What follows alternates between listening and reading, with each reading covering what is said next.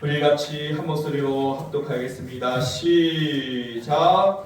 우리는 그리스도 안에서 그의 은혜의 풍성함을 따라 그의 피로 말미암아 속량 곧 죄 사함을 받았느니라. 아멘. 잠시 한번 같이 제가 기도 한번 더 드리시겠습니다. 고마우신 하나님 아버지, 죄로 말미암아 영죽을 수밖에 없는 저희들을 이토록 사랑하여 주셔서 하나밖에 없는 독생자 예수 그리스도 나를 위하여 보내주시고 십자가에서 피 흘려 죽기까지 우리에 대한 사랑을 확증하여 주셨으니 이제는 우리가 그 하나님의 풍성한 은혜와 예수 그리스도의 그 십자가 사랑을 기억하고 온 마음 다하여 힘을 다하여 목숨을 다하여 주 여호와 하나님을 사랑하는 저희 모두가 되게 하여 주시옵소서. 아멘. 이제는 우리의 삶의 기준이 하나님의 말씀입니다. 말씀이 생명인 줄로 믿습니다. 아멘. 오늘도 선포되는 말씀을 통하여 온 성도들이 하나님의 계획하심과 구원의 은총을 깊이 깨닫고 주님의 말씀을 믿음으로 붙들어 온 삶을 다하여 오직 주께 영광 돌리는 귀하고 복된 삶 살게 하여 주시옵소서. 종이 주의 말씀을 대언할 때 성령께서 역사하여 주시고 모든 성도들이 성령의 감동으로 귀한 말씀이 깨달아져 믿어지게 하시고 순종하는 결심과 함께 하나님의 복을 누리는 복된 성도들이 되게 하여 주옵소서. 예수님의 이름으로 간절히 기도드리옵나이다. 아멘. 오늘은 사도신경 우리 말씀 11번째 시간으로서 오늘은 죄를 사하여 주시는 것, 이 대목을 우리가 함께 살펴보면서 우리 같이 은혜를 나누고자 합니다. 죄를 사하여 주시는 것. 여러분, 우리 인간은 모두가 다 죄인임을 믿으시기를 바랍니다. 누가 그러느냐? 하나님이 그러시는 거예요. 로마서 3장 10절 말씀에 의인은 없나니 하나도 없다. 또 로마서 3장 23절 말씀에 보면은 모든 사람이 죄를 범하였음에 하나님의 영광에 이르지 못한다. 하나님이 그렇게 말씀하시는 거예요. 여러분, 우리 모두가 하나님 앞에 죄인이었음을 믿으시기를 바랍니다. 그런데 어떤 사람들은 전도할 때 우리가 다 죄인이에요, 하나님께 우리가 용서를 받아야 돼요, 그러면 막 화를 냅니다. 아이 사람아, 어디다 대고 죄인을 하는 거야? 내가 뭐 살인을 했어? 내가 뭐 도둑질을 했어? 나만큼만 살라고 그래. 나만큼만. 나 법 없이도 사는 사람이야. 나 지금까지 운전 경력 40년이지만 딱지 한 번 뛴 사람 적이 없어. 막 이러면서 막 죄인이라고 그러면 화를 냅니다. 여러분, 그렇게 죄가 없다고 나만큼만 살라고 나처럼 이렇게 깨끗한 사람이 어디 있냐고 이렇게 주장하는 사람은, 여러분, 가장 큰 죄가 뭔지 아세요? 하나님께서 모든 사람이 죄인이다 라고 말씀하셨는데 하나님을 거짓말쟁이로 만들어버리는 그런 무서운 죄를 짓는 거예요. 여러분, 이 죄라고 하는 이 말은 헬러 원어 성경에 보면은 하말티아라는 단어를 쓰고 있는데, 이 단어는 무슨 뜻이냐? 이 관역에 활을 쏠 때 그 활이 빗나가 버리는 것을 하말티아라고 그러는 거예요. 그러니까 하나님이 세우신 기준이 있고 또 하나님의 말씀이 있는데 우리가 그 삶대로 따라가지 못하고 빗나가는 삶을 살게 되면 그 사람은 죄를 짓는 거예요. 태초의 인간인 아담과 하와가 가장 먼저 하나님의 기준, 하나님의 말씀, 하나님의 관역에서 빗나가고 말았습니다. 선악과를 따먹지 말라 하신 그 하나님의 말씀에 불순종해서 하나님의 그 거역함으로 또 선악과를 따먹고 죄를 짓고 말았습니다. 그것이 원죄. 그래서 죄가 모든 인간에게 혈과 육으로 다 대대로 이어지게 되는 것이죠. 그래서 사람은 태어나면서부터 이 죄를 가지고 태어나는 거예요. 그래서 다윗도 시편 51편 5절 말씀에서 이렇게 고백하지요. 내가 죄악 중에 출생하였으며 어머니가 죄 중에서 나를 잉태하였나이다. 그러니까 태어나면서 인간은 이 원죄를 가지고 태어나는 거예요.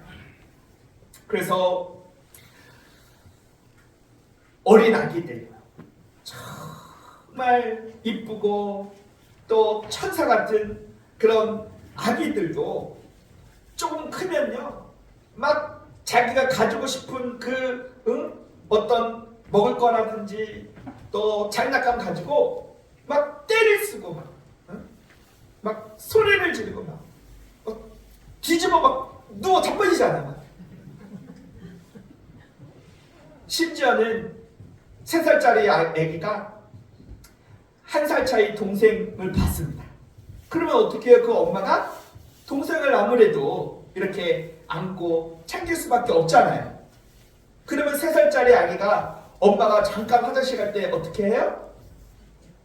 그 애기를 잘 아시네. 보셨어? 막 꼬집어 막 시기 질투로 인해서 내 엄마 사랑을 독차지 한다고 엄마 몰래 막 꼬집고 어떤 애는 막 눈가를 막 찌르는 애야. 3살짜리 애기가 아이고 착하고 정말 천사 같은 아기가요. 세상 물정도 모르고 세상 때도 묻지 않았는데 그냥 본능적으로 떼쓰고 욕심부리고 동생 꼬집고 시키지도 않았는데 그렇게 하는 것을 바로 내재된 죄성의 발로인 것이죠. 그래서 이 원죄를 갖고 출생한 인간은요 정말 이 죄로 오염돼서 생각하는 거, 또 말하는 거, 행동하는 것들이 다 죄에 이렇게 오염되잖아요. 그래서 여러분 모든 인간이 죄인이라고 하는 주님의 말씀은 사실입니다. 그러면 우리가 그것을 인정하였을 때 그러면 그 죄의 결과가 뭐냐? 로마서 6장 23절은 이렇게 말해요. 죄의 싹은 사망이다. 죄가 크든지 작든지 그 죄의 문제를 해결하지 않으면 사망이다. 이 사망은 영적 사망으로서 인간이 하나님과 영원히 분리되는 것을 말하는데 그것이 곧 지옥 형벌입니다. 죄의 결과는 바로 지옥이라는 거예요. 그래서 이 죄의 문제를 해결하기 위해서는 딱 2가지 방법이 있어요. 첫째, 죄값을 치른다.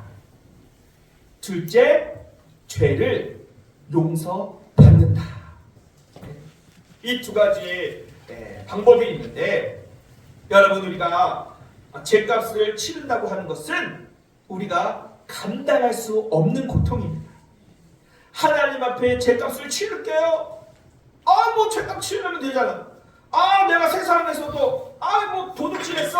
내가 합의 안 해. 죄값 치고 나올게 하면 감옥에 가서 몇 달 사다가 나오면 그 사람이 어떻게 되는 거예요? 죄의 문제가 해결이 되죠. 그래서 경찰이 죄값을 치르면 더 이상 자만하지 않아요. 왜? 죄값을 치렀으니까. 그런데 우리가 하나님 앞에 죄를 짓고 죄값 치를게요. 뭐 지옥 가지 뭐 가진 거. 여러분, 우리가 그럴 수가 없다는 것이죠. 그러면 우리는 어떤 방법이 남았어요? 우리의 죄를 용서받는 방법이 남은 것입니다. 그래서 우리에게 이 영원한 지옥의 형벌을 면하기 위하여서 죄 사함이 필요한 것이죠. 그래서 우리가 사도신경을 통해서 신앙 고백할 때 죄를 사하여 주시는 것을 믿습니다. 이 죄의 문제를 반드시 해결해야 되는 거예요. 그러면 하나님께서 죄를 해결받는 방법을 우리에게 말씀해 주셨는데, 그것은 바로 하나님의 독생자 예수 그리스도를 믿는 것이 죄사함 받는 유일한 방법인 줄로 믿습니다. 요한복음 3장 16절, 하나님이 세상을 이처럼 사랑하사 독생자를 주셨으니 이는 그를 믿는 자마다 멸망치 않고 영생을 얻게 하려 하심이라. 할렐루야.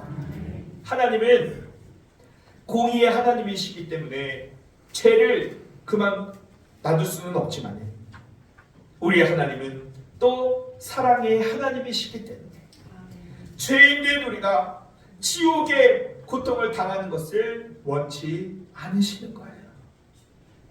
그래서 하나님은 너무나도 우리를 사랑하시기 때문에 하나밖에 없는 독생자 예수 그리스도, 아무 죄 없으시지만 우리의 죄를 대신하여서 예수님이 죄값을 치르신 거예요. 여러분, 우리의 죄를 대속하신 그 예수 그리스도를 믿는 자는 하나님께서 죄를 사하여 주시고 영생을 선물로 주시고 장차 영원한 천국에서 영생 복락을 누리게 될 줄로 믿습니다. 그러므로 우리가 인생을 살면서 가장 중요한 일은요, 예수님을 잘 믿는 것입니다. 이것을 하지 않고 다른 것 아무리 잘해도 죄의 문제를 해결하지 못하여 지옥 간다면 여러분, 이 세상의 부귀영화가 무슨 소용이겠어요? 은과 금은 내게 없어도 예수 그리스도를 믿는 믿음 안에서 내가 죄 사함 받아 구원 받으면 우리는 장차 주님과 함께 영원히 천국에서 왕노릇하게 될 줄로 믿습니다. 저와 여러분이 예수님을 잘 믿기를 축원합니다. 생각해보면 너무 감사하잖아요. 하나님께서 우리를 죄의 용서를, 그 조건이 여러 개였으면 그 여러 개 하는데 우리가 얼마나 힘들었겠어요. 여러분들과 대학을 가려고 해도요, 우리 학생들 공부하는 거 보면 딱해요. 아니, 우리 아이들이 국어도 잘해야 되고 수학도 잘해야 되고 영어도 잘해야 되고 과학도 잘해야 되고 논술도 잘해야 되고 제2외국어도 잘해야 되고 잘해야 될 게 한두 가지가 아니에요. 이제는 면접도 잘 보기 위해서 또 말 잘하는 학원까지 다녀야 돼. 또 면접 보는데 얼굴 본다고 성형외과 가서 얼굴도 뜯어고쳐야 된대요. 그래야 대학도 들어가고 그래야 좋은 직장이 들어간대. 사람이요, 수학 하나 잘하기도 어려워. 근데 영어도 잘해야 돼. 다 잘해야 돼요. 그래야 원하는 대학에 들어가는 거예요.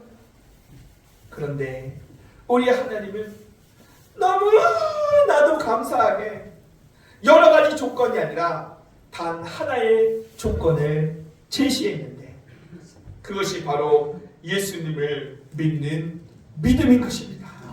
얼마나 감사해요. 여러분 예수님 믿는데 돈이 들어가요? 뭐가 필요해? 얼굴이 못나도 배운 지식이 없어도 가진 것이 없어도 죄가 많아도 예수님을 믿기만 하면 우리 하나님께서 우리의 죄를 다 용서해 주신다. 이것이 하나님의 약속입니다. 그러므로 여러분 이렇게 너무나도 쉬운 한 가지 일 예수님을 여러분 잘 믿으시기를 바랍니다.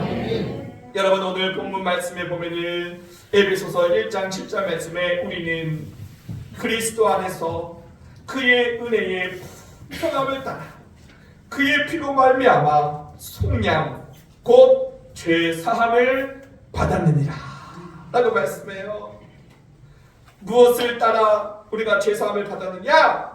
바로 하나님의 은혜의 풍성함을 따라. 여러분 하나님의 은혜와 사랑이 풍성합니다. 그래서 하나님이 능력이 부족해서 우리 반석교회는 할당이 20명만 그 은혜를 베풀어서 구원 줄 수 있다. 그거 아니에요.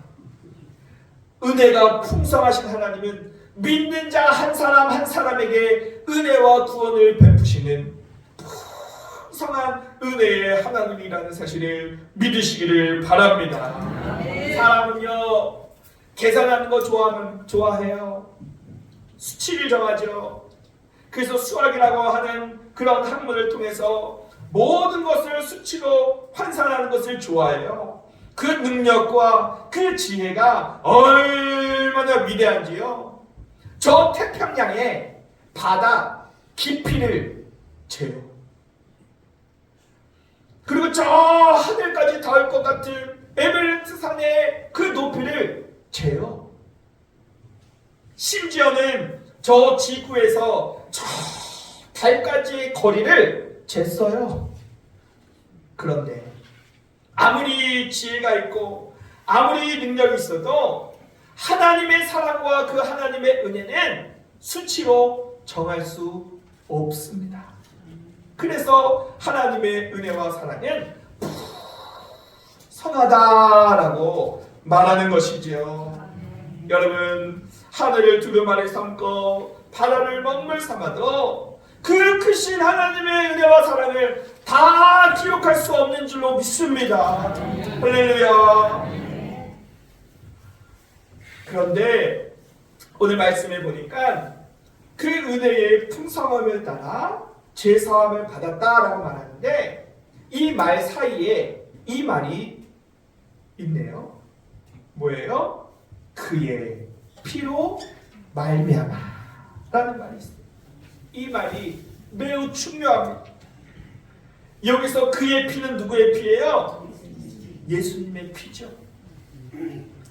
왜 예수님께서 우리를 위해서 십자가에서 피를 죽으셨냐? 히브리서 9장 22절 말씀을 보면은 피 흘림이 없은즉 죄 사함도 없느니라. 죄를 사하기 위해서는 피값을 치러야 됩니다. 피가 그 죄를 사하는 거예요. 그런데 죄인이 죄인을 용서할 수 있어요? 없지요. 그래서 죄 없는 누군가가 피값으로 그 죄를 대신 치러야 됩니다. 이 세상의 모든 사람은 죄인이니 그 누구도 우리를 대신하여 죄값 치를 사람이 없어요. 오직 죄 없으신 예수님의 보배로운 피만이 우리의 죄를 사하실 수 있는 것입니다. 그래서 요한일서 1장 7절 말씀에 그 아들 예수의 피가 우리를 모든 죄에서 깨끗하게 하실 것이다. 여러분 예수님께서 우리의 죄를 위하여 십자가에서 피를 흘려 죽으셨음을 믿으시기를 바랍니다. 우리가 생각으로 짓는 죄가 얼마나 많아요? 예수님께서 사람이요 여자를 보고 음욕을 품어도 그것이 간음이다. 그리고 사람을 보고 미워하는 감정을 가지고 있어도 그것이 살인이다 이렇게 있습니다. 우리가 생각으로 누군가를 보면서 나쁜 생각했던 그 마음으로 인하여 나는요 살인자예요, 살인자. 그런데 우리 예수님께서 가시관 쓰시고 그 머리에서 피를 흘려주심으로 말미암아 우리가 생각으로 짓는 모든 죄를 우리 예수님께서 다 용서해 주신 줄로 믿습니다. 그리고 우리가 어떤 죄를 짓기 위하여 그 죄의 장소로 발로 가서 그 손으로 죄를 짓는 그 행동에 그 행함의 죄를 용서하시기 위하여 우리 예수님의 손과 발에 대못이 박혀 손과 발에서 피를 흘려주심으로 저와 여러분이 행한 죄를 다 용서해 주신 줄로 믿습니다. 그리고 예수님께서 마지막 십자가에 달려 죽으실 때에 로마 병정이 창을 가지고 예수님의 옆구리를 찔렀습니다. 그래서 그 예수님의 옆구리에 그 예수님의 남은 모든 물과 피가 다 쏟아져 나갔습니다. 그것은 뭐냐? 우리가 죄를 지었음에도 불구하고 깨닫지 못하고 미처 회개하지 못한 남은 죄까지도 우리 주님께서 용서하시기 위하여 십자가에서 남은 모든 물과 피를 다 쏟아 주신 것입니다. 그러므로 오늘은 말씀합니다. 그의 피로 말미암아 속량 곧 죄사함을 받았느니라. 여러분, 우리가 죄사함을 받았을 때 하나님의 놀라우신 풍성하신 은혜와 또 예수님의 보혈의 피 대속의 그 십자가의 사랑을 우리가 기억할 수 있기를 바랍니다. 그러므로 죄인된 우리 모두는 다 하나님께 그 풍성한 은혜의 하나님께 회개하고 돌아가야 합니다. 여러분, 우리가 탕자의 비유를 잘 아시지요? 이 둘째 아들이요 아버지에게 자기 유산을 달라는 거예요. 여러분, 이것은요 아버지가 죽어야만 줄 수 있는 유산을 먼저 달라고 하는 것은 아버지 빨리 죽으세요, 나 재산 갖게 라고 말하는 것과 똑같아요. 그런 자식은 어떻게 해야 됩니까? 비 오는 날 먼지나게 정신 바짝 차릴 때까지 머리부터 발끝까지 성한 데가 한 곳도 없도록 다 불어들어놔야 돼. 그런데 이 아버지도 은혜가 풍성해. 그래서 그 재산을 그 아들에게 줍니다. 아니나 다를까 이 둘째 아들이요 그 아버지의 재산을 가지고 야 신난다, 놀자, 젊어서 놀자 해가지고요 허락방탕하게 살다가 그 재산을 다 날려버려요. 그리고 먹을 것이 없어가지고 저 돼지나 먹고 있는 그런 쥐염 열매나 먹으려고 하는 그런 심세로 전략하고 만 것이죠. 여러분, 아버지를 떠난 결과는 결국 이렇게 될 수밖에 없다는 것을 보여주는 거예요. 아버지의 곁에 있었다면 그 은혜가 풍성한 아버지가 날마다 기름진 것으로 배를 채워주었을 텐데 아버지를 떠나니 결과가 이렇게 되고 말았죠. 너무나 다행인 것은 이 둘째 아들이 회개하여 아버지께 돌아가기로 결단하고 그 아버지께로 돌아갔다는 사실입니다. 그런데 놀라운 사실은 거짓골이 돼가지고 돌아오는 그 아들을 아버지가 나가서 기다리다가 그 아들을 보자마자 달려가서 목을 꺼내다 주는 거예요. 왜 그랬을까요? 이 아들이 나가고 이 아버지의 하루 일과는요 그 문 밖에 멀리 나가 아들이 어디서 오나 내다보는 것이 그 아버지 일과예요.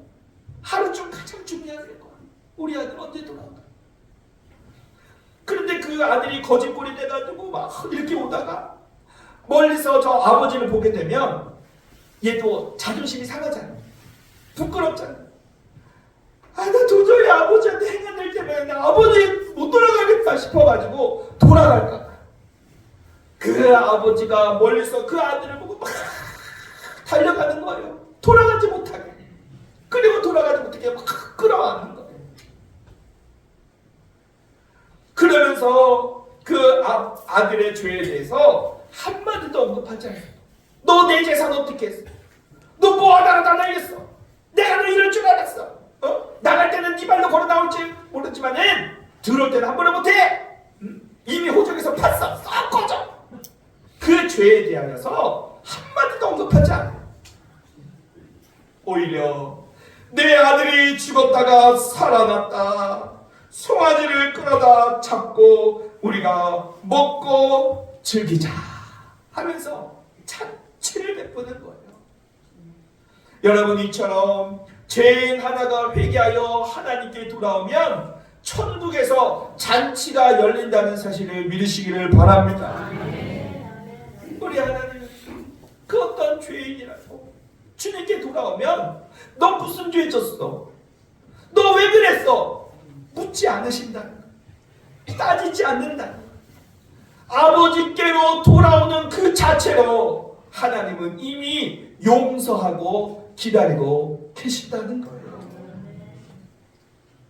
여러분, 우리는 다 영적으로 죽었다가 풍성하신 하나님의 은혜로 예수님의 보배로운 피로 다시 살아났으니, 여러분, 우리가 그 은혜를 기억하고 이제는 아버지 앞에 순종하고 충성하면서 살아가는 것이 마땅한 줄로 믿습니다. 여러분, 지금이라도 그 누구라도 내가 죄인임을 고백하고 주님 앞에 돌아오면 우리 주님은 넓은 가슴으로 품어주시고 안아주십니다. 그래서 이런 찬송이 있잖아요. 어서 돌아 오 어서 돌아마오 우리 주는 날마다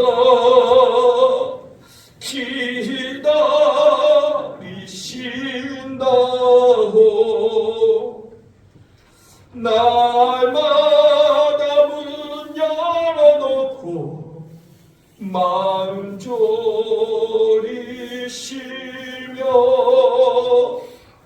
나간 자식 돌아오기나 밤새 기다리시다오.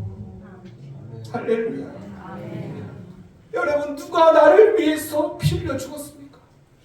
석가모니가 나를 위해서 피 흘렸나요? 여러분, 제가 만약에 어떤 신장에 병들어서 죽어갈 때 누군가 저를 위해서 병원에 와서 헌혈을 해주고 자기 신장을 이식해서 저를 살려준다고 했다면 나는 그 사람 은혜 못 잊습니다. 평생 그 사람 없고 살 겁니다. 나를 살려주지 않습니까?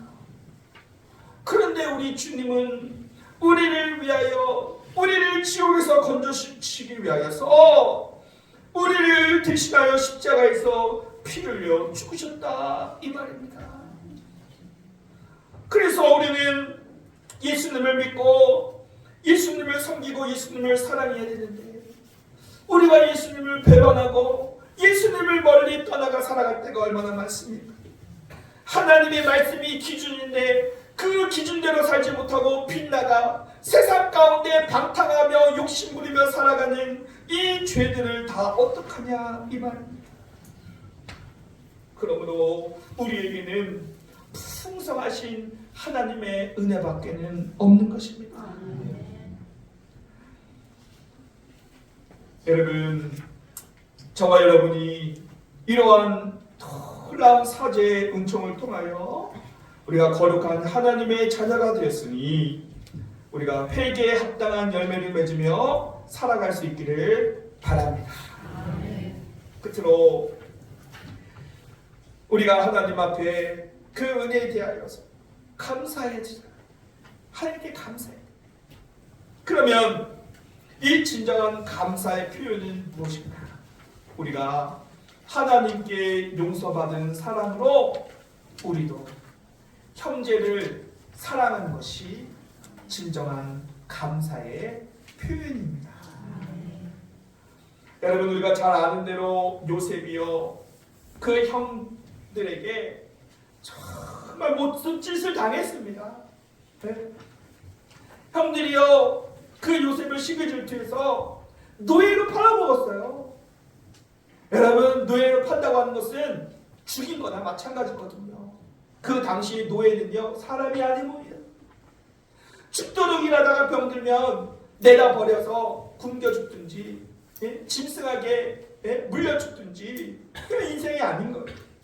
그런데 그 형들의 죄가 많았지만 이 요셉은 그 형들의 죄를 진심으로 용서해 주었습니다.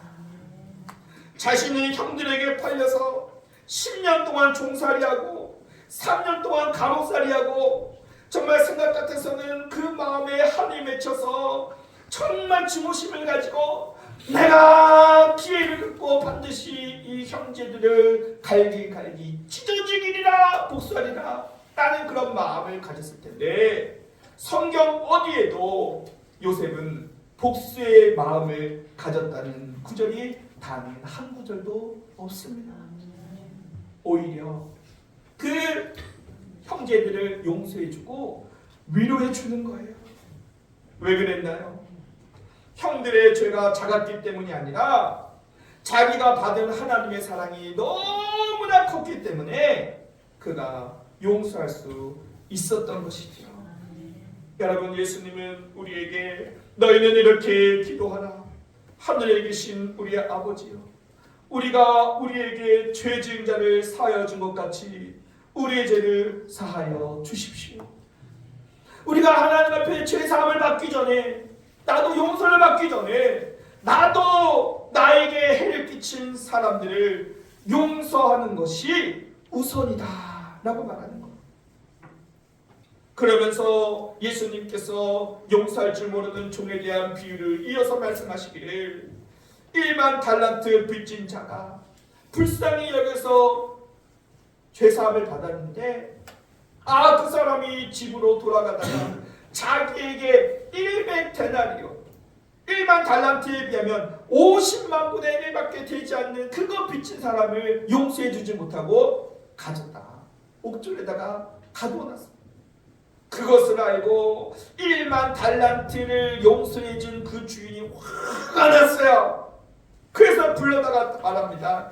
이 악한 종아, 네가 필기에 내 빚을 전부 탕감해 주었거늘 내가 너를 불쌍히 여긴 것 같이 너도 내 동료를 불쌍히 여기지 아니하냐. 그러면서 그 옥졸을 불러다가 옥에 가져버려. 여러분, 우리가 우리의 죄를 우리 하나님께서 풍성한 은혜로 용서해 주시기 위하여 그 하나밖에 없는 독생자 예수 그리스도가 온 물과 피를 쏟기까지 저와 여러분을 용서해 주었으니, 우리도 하나님 앞에 감사의 표현으로 우리도 용서하며 사랑하면서 살 수 있기를 간절히 소망합니다. 그래서 용서는 그 사람을 위해서 하는 것이 아니라 내가 사는 길이에요. 내가 복되게 하는 거예요. 내가 원수까지도 사랑하고 기도하고 축복하고 용서하는 만큼 하나님께서 나에게도 풍성한 은혜를 내려주실 줄로 믿습니다. 여러분, 사랑의 원장탄이라고 불리는 손양원 목사님을 아시지요? 우리나라 주기철 목사님, 손양원 목사님, 이분들이 계셨다고 하는 것이 우리 교회의 정말 위로예요. 그런데 이 손양원 목사님이요, 이 두 아들이 이 여수 공산 반란 사건 때 공산군이 이 손양원 목사님의 아들 2명을 총으로 쏴서 죽였습니다. 사진 한번 볼까요? 우리 손양원 목사님 젊으셨을 때 이 사모님과 우리 큰아들 동인입니다. 아주 똑똑하게 생겼죠?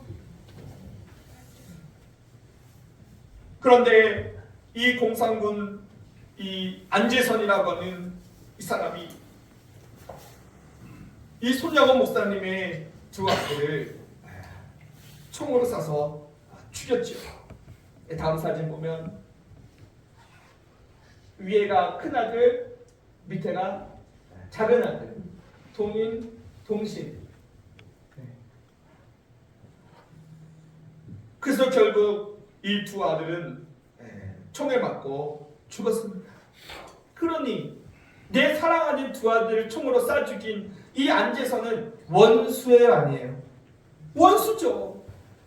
그런데 그 원수를 사랑으로 용서하고 그 사람을 자신의 양자로 삼습니다. 다음 사진 보면 이 사진은 2 아들의 장례식 사진이에요. 그리고 다음 사진 보면 이것은 우리 손양원 목사님이 공산당의 총에 맞아서 순교하고 또 맨 앞에 누워 계신 손양원 목사님, 그리고 뒤에 사모님과 또 어린 자녀들, 사모님이 안고 있는 이 아들은요 유복자, 손양원 목사님이 돌아가실 때 낳은 아들이고 손동길이라고 하는 이 아들인데 나중에 목사가 됐습니다. 그리고 저 가운데 키 가장 큰 이 사람이 그 2 아들을 죽인 안재선이라고 하는 사람인데, 중요한 거는 이 안재선이라고 하는 이 사람이 손양원 목사님의 양아들이 되어서 손양원 목사님 장례식에 막 상주가 되었다는 것입니다. 다음 사진 보면은 손양원 목사님은 사랑하는 2 아들과 함께 이렇게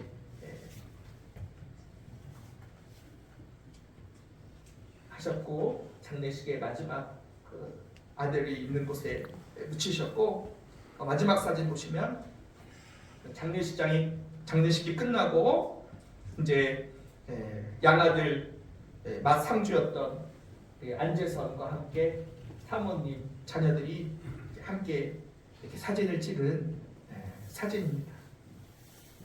역사적인 기록이고, 지금도 애영원에 가면은 박물관에 우리 손양원 목사님의 모든 유적과 또 편지와 또 장례식장에서 하나님께 드렸던 감사원금 봉투들이 다 사진과 함께 진열이 되어 있죠.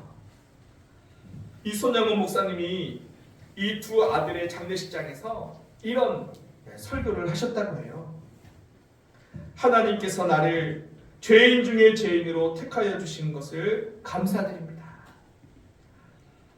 이 시간 하나님께 감사의 기도 제목을 올려드립니다 라고 하면서, 첫째, 나 같은 죄인의 혈통에서 순교의 자식이 나게 하시으니 하나님 감사합니다. 둘째, 많은 사람 중에서 이런 보배와 같은 자식들을 나에게 맡겨주셔서 감사합니다.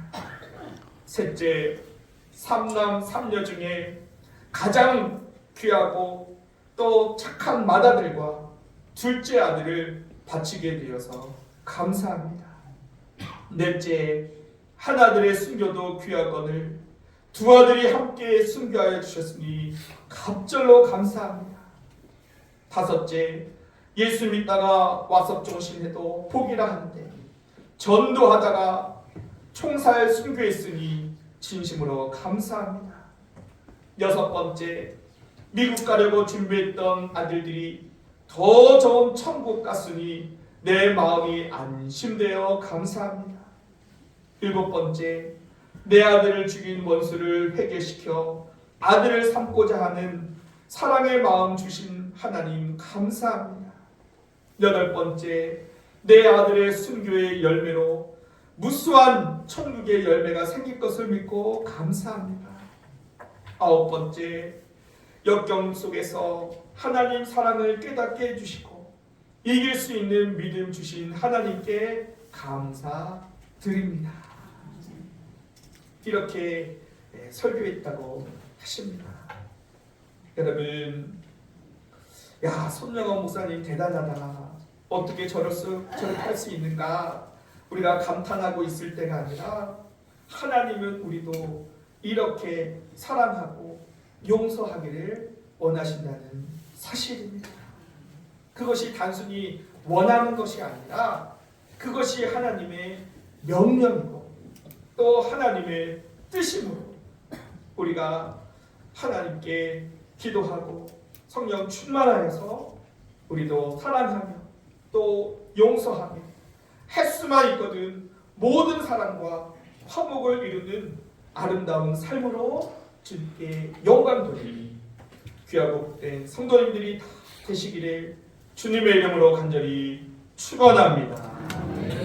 우리 같이 합심하여 한번 기도 드리실 때 하나님 아버지, 하말티야, 내가 하나님의 기준과 말씀 가운데에 빗나간 삶을 삶으로 많은 죄를 지었음에도 불구하고 언제나 돌아오기를, 언제나 풍성한 은혜를 가지고 돌아오기를 간절히 기다렸던 하나님, 내가 그 하나님 품으로 돌아갑니다.